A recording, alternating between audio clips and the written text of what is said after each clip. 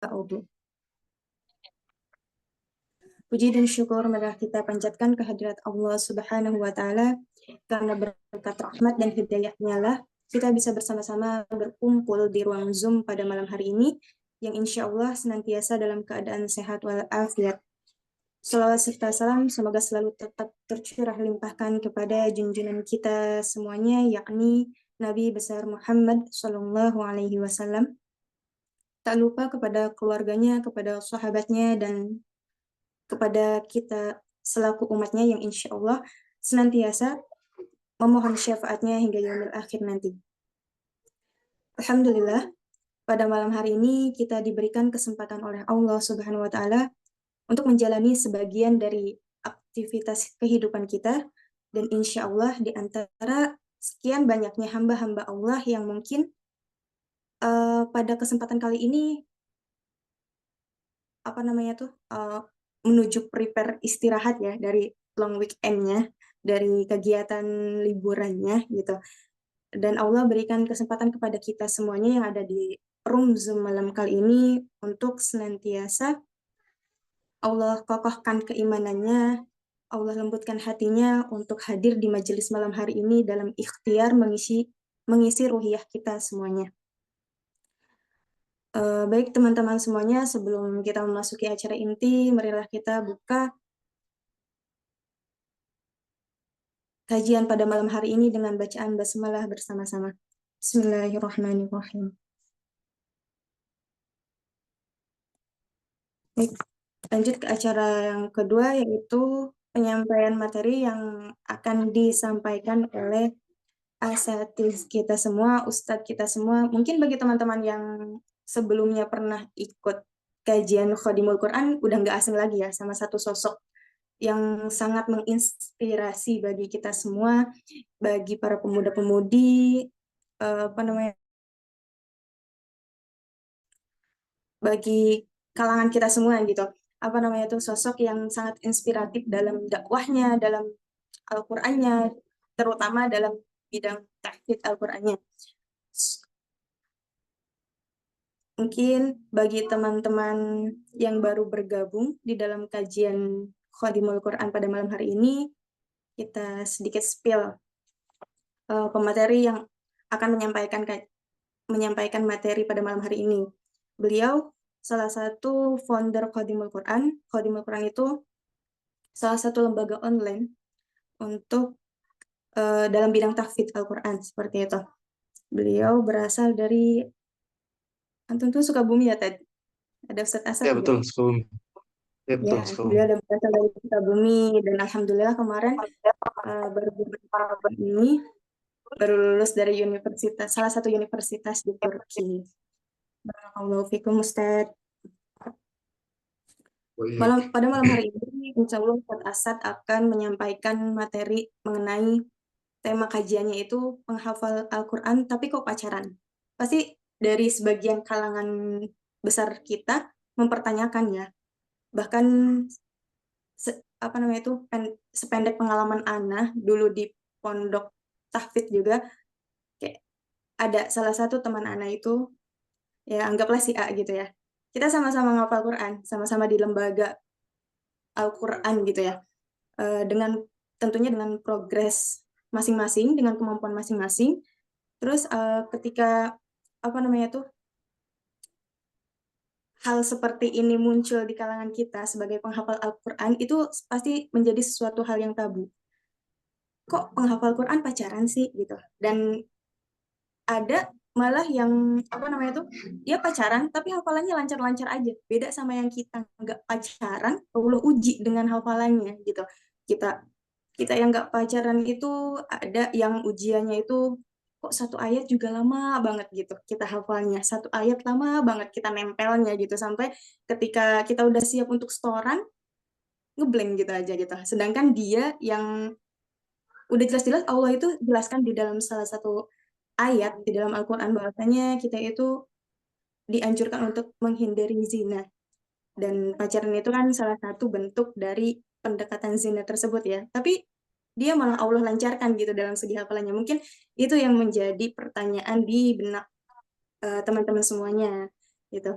Nah, nanti insya Allah Ustadz Asad akan mengupas tuntas perihal tema kajian pada malam hari ini mengenai hal tersebut. Semoga pertanyaan-pertanyaan yang apa namanya tuh hinggap di benak-benak teman-teman semuanya bisa Ustadz Asad apa namanya tuh jelaskan pada malam hari ini, dan kepada teman-teman semuanya bisa dipersilahkan untuk menyiapkan catatannya. Barangkali banyak insight-insight ilmu yang bisa antum semuanya catat sebagai apa namanya tuh review kajian nantinya gitu. Bisa antum baca lagi sebagai penyemangat, sebagai apa namanya eh, pengingat kita semuanya gitu.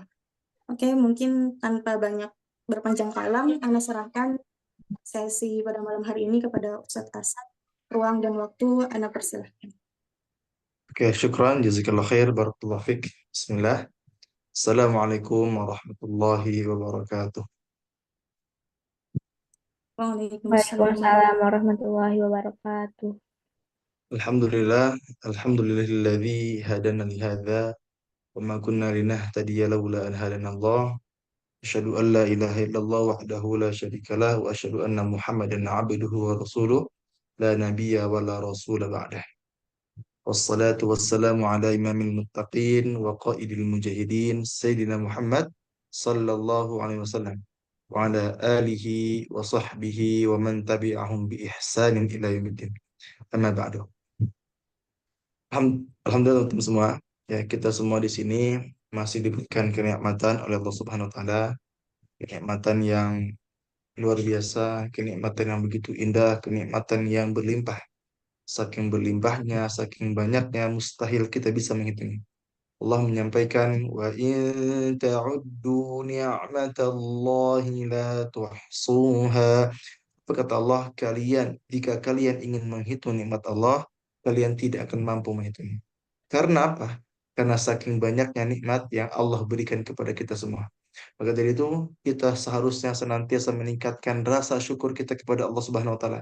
Kita bisa melihat, kita bisa mendengar, kita bisa berbicara, kita masih hidup. Itu semua kenikmatan yang sangat luar biasa yang patut kita syukuri.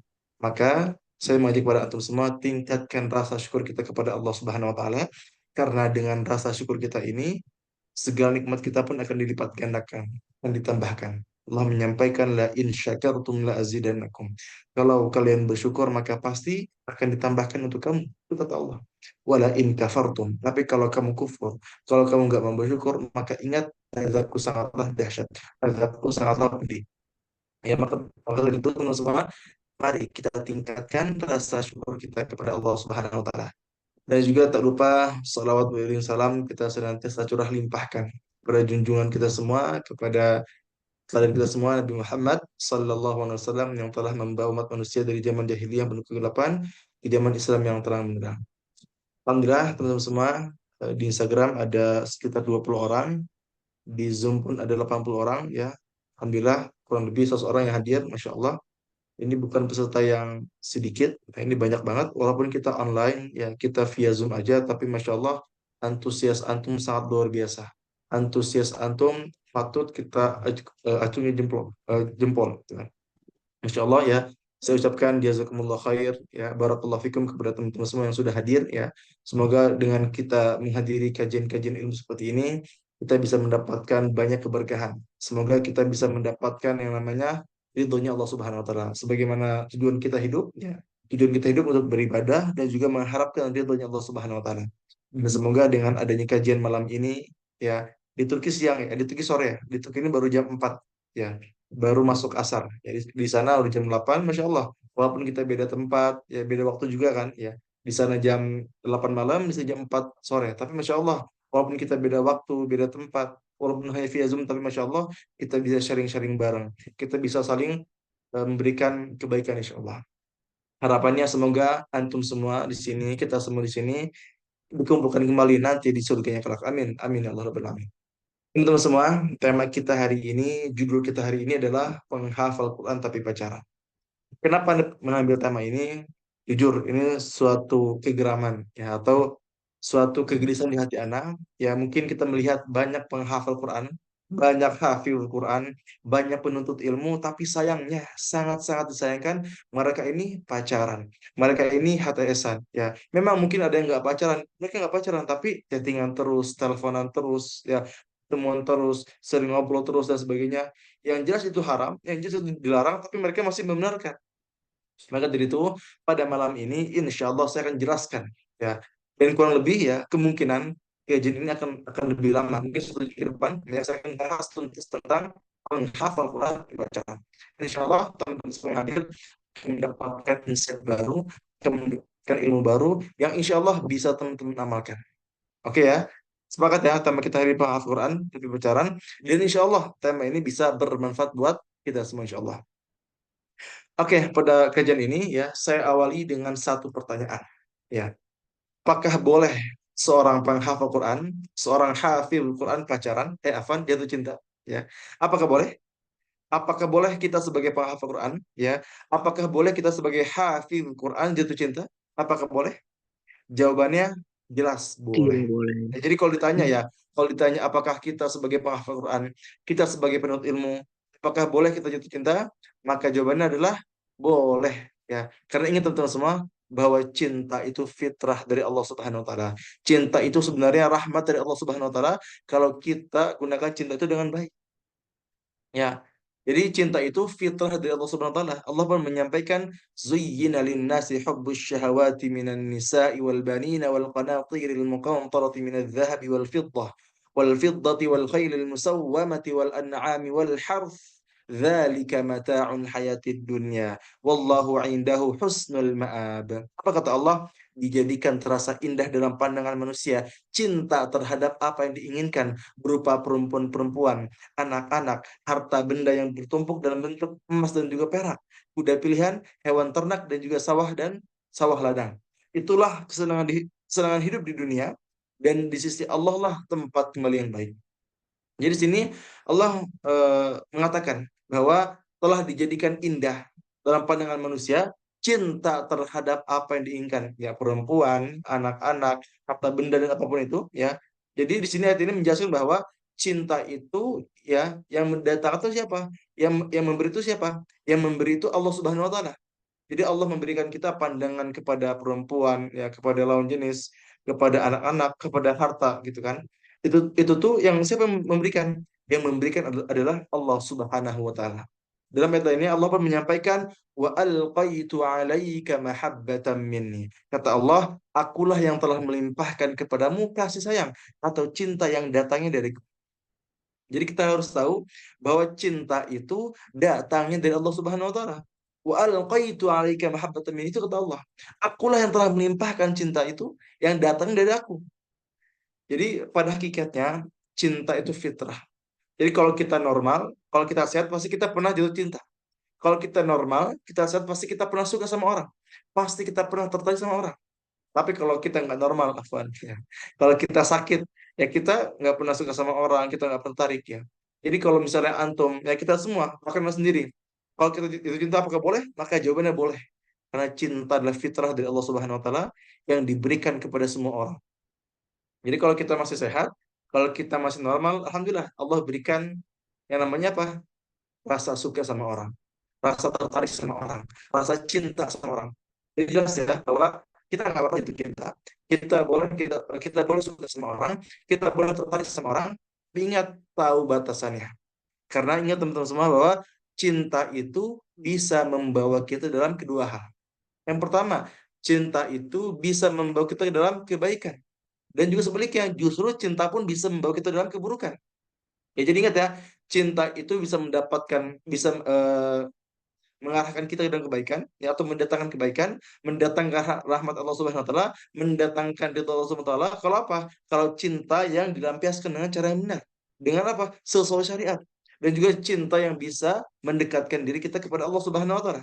Tapi cinta pun bisa mendatangkan kita ke dalam apa? Keburukan. Bahkan azab Allah Subhanahu wa taala. Cinta seperti apa? Cinta yang dilampiaskan dengan cara yang salah. Tidak sesuai dengan syariat.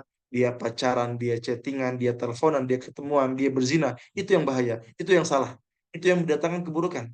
Dan juga cinta yang justru apa? Menjauhkan diri kita dari Allah Subhanahu wa taala. Jadi jelas ya, kita boleh suka sama orang, kita boleh tertarik sama orang. Ya, siapapun antum penuntut ilmu, antum penghafal Quran, antum insinyur, antum dokter, boleh. Antum boleh suka sama orang, boleh. Silakan tafadhol. Tapi ingat teman-teman semua, perhatikan cinta kita ini. Jangan sampai cinta kita ini dilampiaskan dengan hawa nafsu.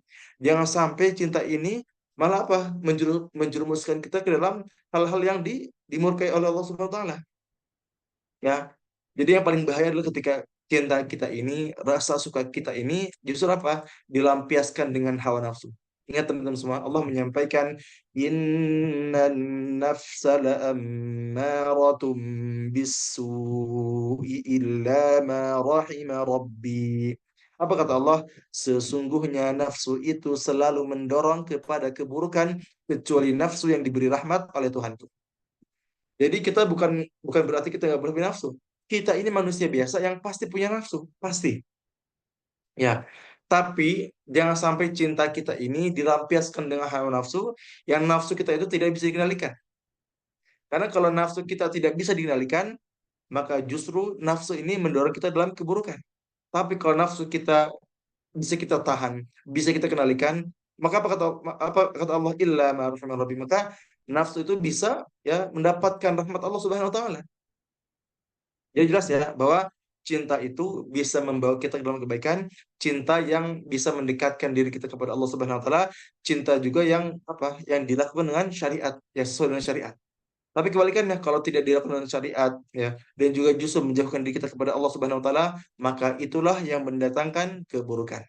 Ya. Di sini saya akan memberikan analogi atau memberikan gambaran ya. Ada tiga gambaran. Yang pertama gambar malaikat, gambar manusia dan juga gambar hewan. Yang pertama malaikat. Malaikat ini diciptakan dengan akalnya saja. Jadi ketika Allah menyuruh A atau B ya, maka dia akan melaksanakan itu. Dia akan sami'na wa ta'na. Dia mendengar dan juga dia mentaatinya. Nah, manusia ini diciptakan dengan dua hal. Ada akalnya, ada nafsunya. Nah, yang ketiga hewan. Hewan ini diciptakan dengan apa? Dengan nafsu saja. Nah, ini uniknya, ini hebatnya. Ini yang bisa kita ambil hikmahnya. Bahwa kalau kita bisa mengendalikan akal kita, bisa mengendalikan nafsu kita, maka bisa jadi kita lebih mulia daripada malaikat. Tapi kalau kita nggak bisa mengendalikan akal kita, tidak bisa mengendalikan nafsu kita, maka justru kita lebih buruk daripada hewan. Tidak ada ulang ya, bahwa malaikat itu diciptakan dengan akal saja, hewan diciptakan dengan nafsu saja, sementara kita diberikan kelebihan, diberikan anugerah apa? Kita punya akal, kita punya nafsu. Jadi kalau kita bisa mengendalikan nafsu kita, bisa mengendalikan hawa nafsu kita, mengendalikan akal kita, pikiran kita, maka bisa jadi kita lebih mulia daripada malaikat. Tapi kalau kita nggak bisa mengendalikan akal kita, nggak bisa mengendalikan nafsu kita, maka justru kita lebih hina, lebih buruk daripada hewan. Maka itu semua ingat bahwa memang boleh kita boleh suka sama orang, kita boleh jatuh cinta sama orang, kita boleh tertarik sama orang, tapi ingat teman-teman semua, jangan sampai cinta kita ini dilampiaskan dengan hawa nafsu. Ya, antum harus menjadi orang-orang yang senantiasa bisa mengendalikan hawa nafsu antum, yang bisa menahan hawa nafsu antum. Ya, kita tidak mungkiri ya, kita semua ini pasti punya nafsu, ya punya syahwat. Tapi tahan itu, jaga itu. Karena kalau kita bisa menjaganya, ya kita bisa istiqamah, maka tempat kembali kita adalah surga. Karena Allah menyampaikan, wa amma man khafa maqama rabbih wa nahan nafsa 'anil hawa fa innal jannata hiyal ma'wa. Apa kata Allah? Dan adapun barang siapa yang takut atas kebesaran Allah Subhanahu wa taala dan juga senantiasa menahan hawa nafsunya, fa innal jannata hiyal ma'wa, maka sesungguhnya surgalah tempat kembalinya. Jadi kata Allah, kalau kita takut kepada Allah Subhanahu wa taala dan juga senantiasa menahan hawa nafsu kita, maka insya Allah tempat kembali kita adalah surganya Allah kelak. Maka perhatikan, kalau kita lagi suka sama orang, silakan boleh. Tapi jangan sampai kita melampiaskan dengan cara yang salah. Ya, nanti pun akan Anda bahas ada 4 kesalahan fatal ketika kita jatuh cinta. Ya, oke. Oke, kita bahas ya. Ada 4 kesalahan fatal ketika orang jatuh cinta. Silakan dicatat ya baik-baik. Jangan sampai ada yang terlewat. Ya. Jadi ada 4 kesalahan fatal para penghafal Quran atau para siapapun itu yang sedang jatuh cinta. Yang pertama, terlalu banyak berinteraksi. Jadi salah satu atau yang pertama adalah apa? Terlalu banyak berinteraksi dengan lawan jenis. Ya. Jadi kalau antum memang suka, ya antum tertarik, Yang antum lakukan itu bukan chattingan, ya, bukan teleponan, bukan ketemuan, ya. Tapi dia mengatakan, bang, ini kan chattingan nggak ada apa-apanya. Ya kalau nggak ada apa-apanya ngapain chattingan? Kalau nggak ada apa-apanya ngapain teleponan? Kalau nggak ada apa-apanya ngapain antum ketemuan? Tapi bang, ini kan chattingan ada manfaatnya. Kami saling apa? Saling diskusi, terus apalagi saling menasihati, bahkan setelah hafalan. Ada seperti ini. Ada seperti ini, ada banyak. Ada dua orang penghafal Quran yang mereka ini hafal Quran, ya hafizah. Mereka hafal Quran. Mereka chattingan sampai larut malam. Tapi apa? Ya, mereka mengatakan, "Kok ini chattingan? Nggak ada apa-apanya kok. Kok ini chattingan kan ada manfaatnya." Jadi mereka itu diskusi seputar agama, seputar hafalan. Bahkan ada orang yang apa? Sampai setahun hafalan, saling tes hafalan. Ingat teman-teman semua, itu adalah tipu daya syaitan. Allah menyampaikan وَزَيَّنَ لَهُمُ الشَّيْطَانُ أَعْمَالَهُمْ فَصَدَّهُمْ عَنِ السَّبِيلِ فَهُمْ لَا يَهْتَدُونَ. Apa kata Allah? Setan itu telah menjadikan terasa indah bagi mereka perbuatan-perbuatan buruk mereka sehingga menghalangi mereka dari jalan Allah Subhanahu wa taala. Maka mereka tidak mendapatkan petunjuk. Ya. Jadi setan itu seringkali membuat perbuatan-perbuatan buruk kita menjadi indah. Yang jelas-jelas salah dibuat apa? Menjadi indah. Yang awal chattingan itu dia jelas salah, tapi apa? Mereka membelanya. Ustaz, bang, aneh kan chattingan nggak ada apa-apanya. Kan ada manfaatnya. Bahkan saya lebih semangat. Saya semangat ibadahnya, saya semangat sholatnya. Allah Akbar. Allah Akbar. Aneh sedih kalau melihat ada penghapusan seperti ini. Ya. Tapi lebih sedih lagi, orang yang jelas-jelas salah, dan dia bangga. Ini aneh lebih sedih. Ya, pokoknya jangan jangan sampai menjadi keduanya lah. Ya, kalau kita tahu salah, udah kita mengaku salah, kita bertobat. Jangan sampai kita tahu salah, kita nggak aku salah, atau kita tahu salah tapi kita nggak mau mengakuinya. Ini yang paling bahaya. Ya, atau paling bahaya itu kita udah tahu salah, kita bangga dengan salah kita dan dengan kesalahan kita. Ini yang paling bahaya. Jadi jelas ya, kesalahan pertama ketika kita jatuh cinta adalah apa? Terlalu banyak berinteraksi. Jadi bagi antum yang sedang suka sama orang, udah antum jangan chat, antum jangan hubungi orangnya, udah. Lebih baik apa? Lebih baik doa dalam diam. Itu lebih indah. Lalu yang kedua, mengungkapkan cinta di waktu yang kurang tepat. Ya. Jadi kesalahan kedua ketika kita jatuh cinta, ketika kita suka sama orang adalah apa? Kita mengungkapkan cinta di waktu yang kurang tepat. Misalnya ada orang bocah ya, namanya bocah, bocah SMA ya, yang baru lulus SMA atau bocah yang masih masih masih belajar gitu kan. Yang ini masih belajar di SMA atau baru lulus kuliah, baru lulus SMA, dia ini karena sering chattingan, ya akhirnya apa? Dia bilang suka sama orang. Ya misalnya, Ukti, ya Masya Allah. Anak kagum sama anti, ya. Antum cantik, antum hafizah, antum pintar, antum gini-gini dan sebagainya.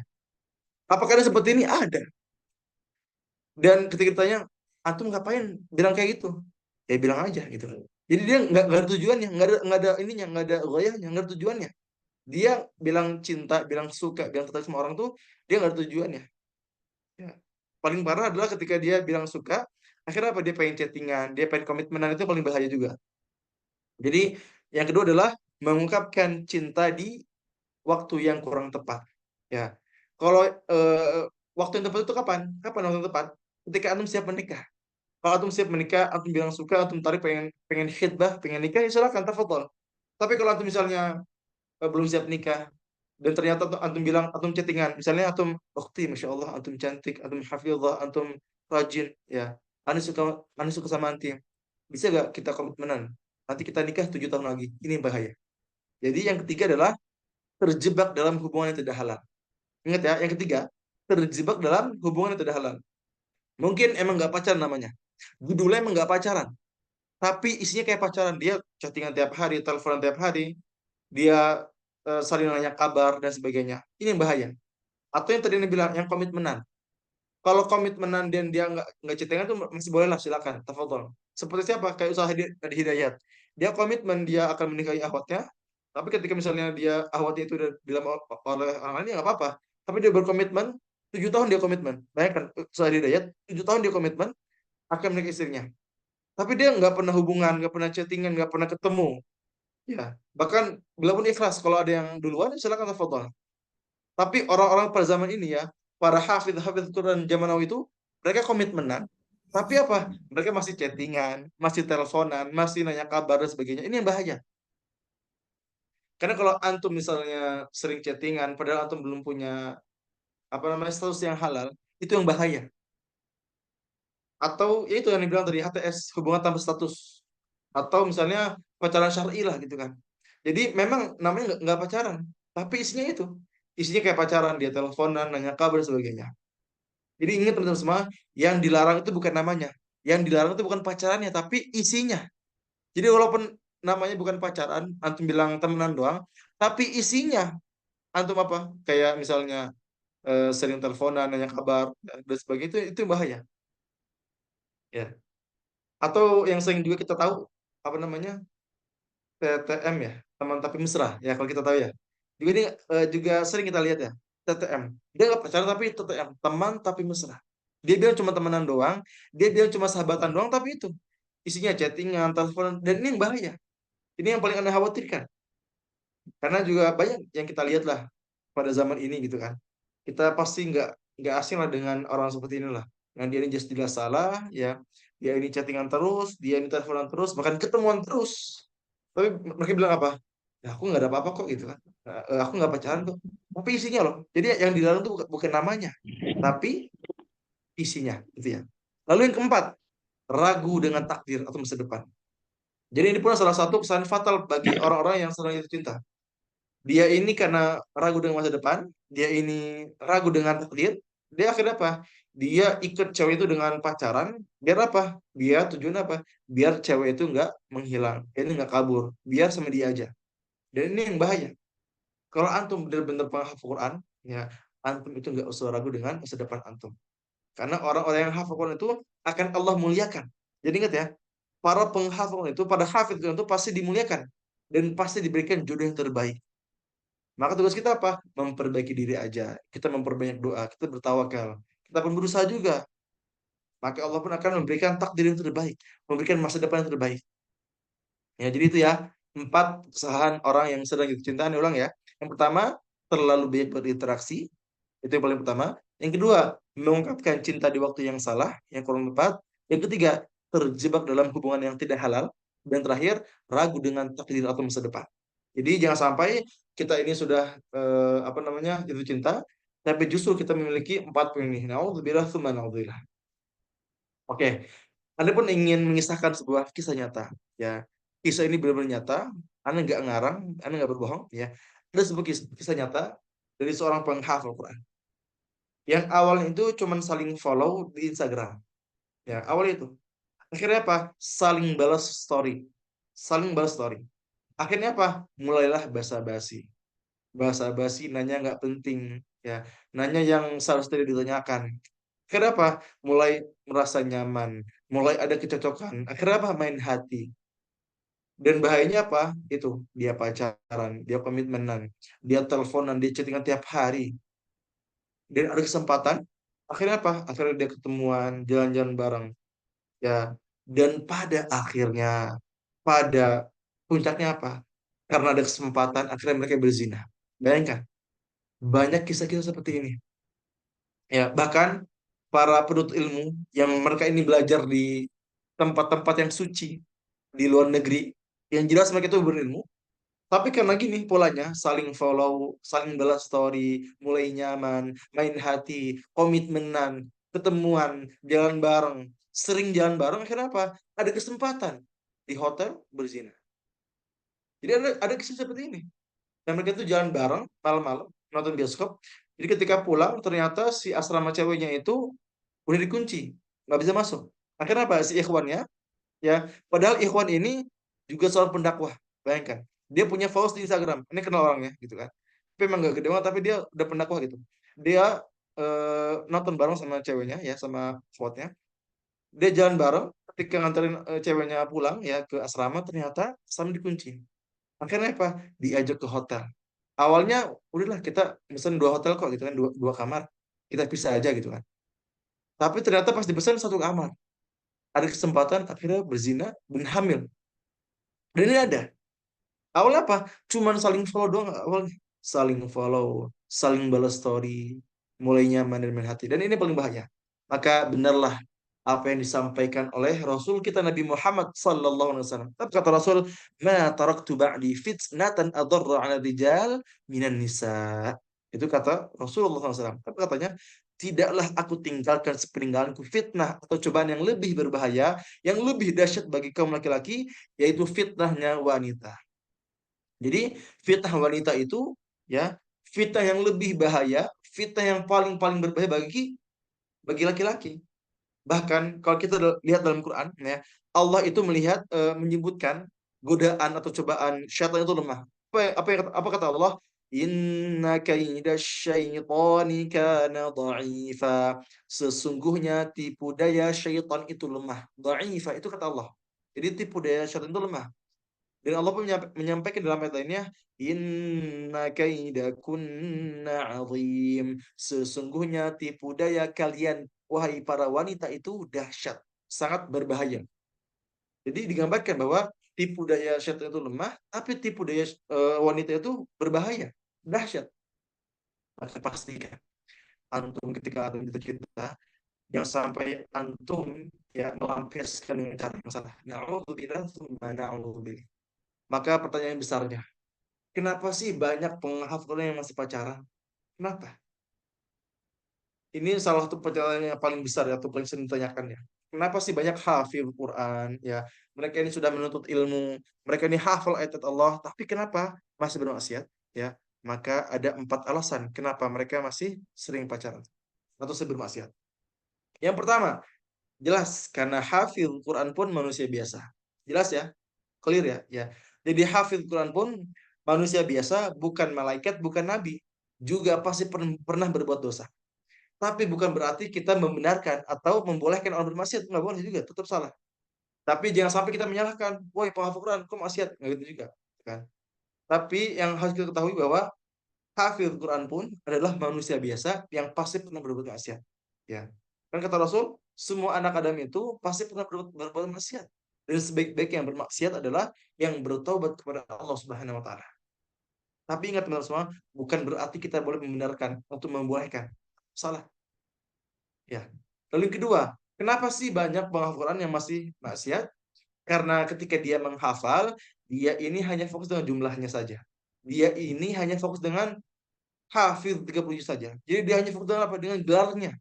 Jadi dia menghafal, tujuannya bukan untuk dekat dengan Allah, tapi untuk dipuji, untuk mendapatkan gelar, untuk mendapatkan wisuda misalnya dan sebagainya. Ini bahaya.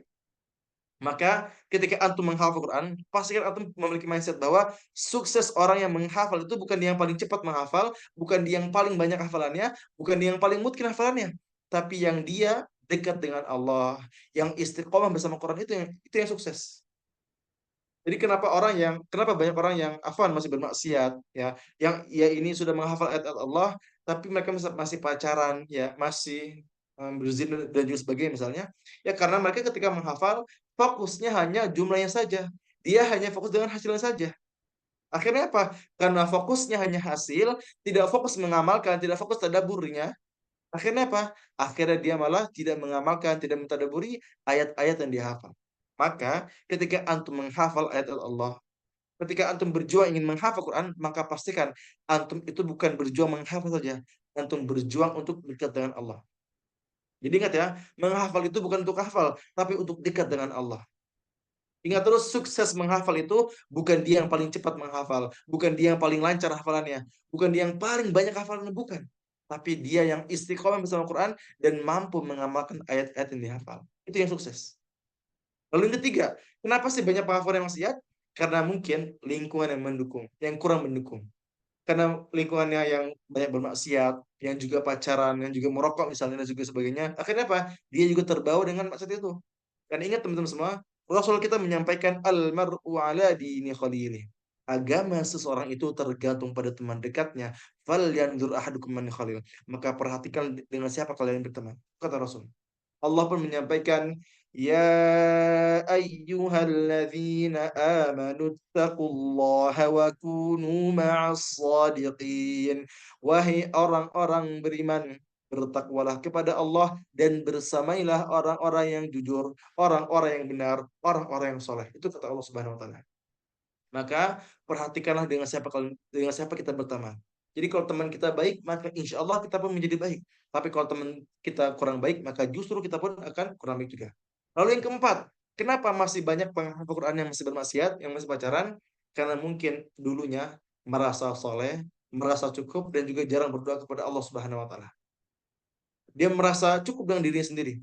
Dia merasa pintar, dia merasa hebat, dan parahnya adalah mereka jarang berdoa kepada Allah Subhanahu Wa Taala. Ingat teman-teman semua, orang yang soleh itu adalah orang yang merasa salah. Nah, dan orang yang salah adalah ketika dia merasa soleh. Jelas ya? Orang yang soleh itu adalah mereka yang senantiasa merasa salah, dan orang yang salah adalah dia yang senantiasa merasa soleh. Maka jadilah orang yang soleh, ya, yang senantiasa merasa bersalah, yang senantiasa merasa berdosa, yang senantiasa merasa banyak maksiat, dan senantiasa meminta ampunan, meminta keistiqomahan kepada Allah Subhanahu wa taala. Maka dari itu Rasul kita mengajarkan untuk senantiasa berdoa, jangan pernah merasa cukup, jangan merasa soleh. Apa yang yang Rasul contohkan? Rasul contohkan tiap malamnya. Beliau berdoa apa? Ya muqallibal qulub, tsabbit qalbi ala dini. Wahai yang maha membolak-balikan hati, teguhkanlah hati ini di atas agamamu. Wahai yang maha membolak-balikan hati, istiqomahkan hati ini untuk tidak bermaksiat kepadamu. Itu yang yang Rasul contohkan. Ya. Jadi Rasul itu sudah dijamin masuk surga, sudah dikatakan maksum, tidak akan pernah berbuat maksiat, tapi beliau senantiasa berdoa, ya muqallibal qulub, wah yang maha membolak-balikan hati, tsabbit qalbi ala dinik. Teguhkanlah hati ini di agamamu. Untuk apa? Untuk mengajarkan kepada kita semua bahwa pada hakikatnya kita ini nggak bisa apa-apa, nggak punya apa-apa, nggak bisa apa-apa kecuali bantuan dari Allah Subhanahu Wa Taala. Maka minta sama Allah. Jangan pernah merasa puas, jangan pernah merasa cukup, jangan pernah merasa soleh. Karena ingat teman semua, ini ulang lagi ya. Orang yang salih itu adalah orang yang senantiasa merasa salah, dan orang yang salah adalah orang yang senantiasa merasa soleh. Seperti itu. Jadi itu ya 4 alasan kenapa masih banyak hafil Quran yang bermaksiat. Kenapa? Yang pertama, karena hafil Quran pun manusia biasa. Yang kedua, ketika menghafal dia hanya fokus dengan jumlah. Yang ketiga, karena lingkungannya yang kurang mendukung. Dan yang keempat adalah merasa soleh dan jarang berdoa kepada Allah Subhanahu wa taala. Oke, kita lanjut. Maka apa yang harus kita lakukan ketika kita jatuh cinta? Ya. Jadi kita tadi sudah membahas panjang ya tadi ya. Udah sekitar 40 menit kita sudah bahas tentang apakah kita boleh jatuh cinta? Boleh, ya kan? Juga kita sudah membahas tentang 4 kesalahan fatal jatuh cinta. Kita pun sudah membahas 4 alasan ya, 4 alasan kenapa masih banyak yang maksiat. Maka yang terakhir ya yang pengen Anda bahas adalah hal-hal ya atau 7 poin yang harus kita lakukan ketika kita jatuh cinta. Saat untuk semua fokus ya, dengarkan dengan baik, jangan sampai ada yang terlewat. Karena insya Allah 7 poin ini adalah 7 poin utama kita hari ini atau inti dari pembahasan kita pada malam ini. Oke, sebelum itu ya izinkan Anda untuk promosi dulu. Oke, Alhamdulillah, bismillah, Anda punya ebook ya, bentuknya PDF ya. Jadi hanya bisa diakses lewat HP atau laptop atau tab ya. Jadi ada 2 ebook yang lagi diskon 50%. Ebook pertama judulnya ebook berjudul Rahasia Mengatur Waktu Menghafal dan Murojaah. Mungkin ada di antara antum yang bingung nih cara mengatur waktu menghafal dan murojaah ya. Atau mungkin ada yang sibuk ya, sibuk kuliah, sibuk kerja dan sebagainya. Maka ebook ini sangat cocok buat antum. Ya, satu ebooknya cuman 25.000 saja. Dan juga ada buku kedua atau ebook kedua. Berjudul apa? Berjudul Agar Murojaah Terasa Nikmat. Jadi bagi teman semua yang mungkin murojaahnya nggak nikmat, murojaahnya malah bikin sedih, murojaahnya bikin galau, maka insya Allah nih ebook ini ya, ebook berjudul Agar Murojaah Terasa Nikmat, Anda jual berapa? 25.000 saja ya. Bagi teman-teman semua ya, saya akan bagi yang tertarik langsung hubungi Anda ya di 0857 593 978. Jadi dua buku ini lagi diskon 50% ya. Tapi bagi teman-teman semua yang pengen langsung beli dua-duanya ya, itu cuma 40.000 saja. Jadi kan kalau seharusnya kan 2 buku ini 50.000 aja, 50.000 ya. Tapi bagi teman semua yang pengen langsung beli, yang langsung 2 ini ya, yang ibu pertama Rahasia Mengatur Waktu Mahfal dan Murojaah, dan juga buku yang kedua Agar Murojaah Tersimat, ini berarti 40.000 saja. Ya, silakan bagi teman semua yang tertarik ya, yang pengen e-booknya, langsung hubungi nomor Anda ya di 0857 5963 9278. Dan ingat ya, ini e-book ya. Jadi bentuknya PDF, bukan buku asli. Ya, ini bentuknya PDF, hanya bisa diakses lewat HP atau laptop gitu ya. Ada juga ebook lainnya ya. Ini ada itu punya 11 ebook ya. Kalau yang lainnya nih yang 9 ebook ini ada nih satu paket semua ebook ini cuman 85.000 saja. Ingat ya, ada 9 ebook ya. Ada sebutkan ya. Yang pertama berjudul Kiat Sukses Menghafal Quran. Yang kedua, kumpulan doa seputar menghafal Quran. Yang ketiga, ketika penghafal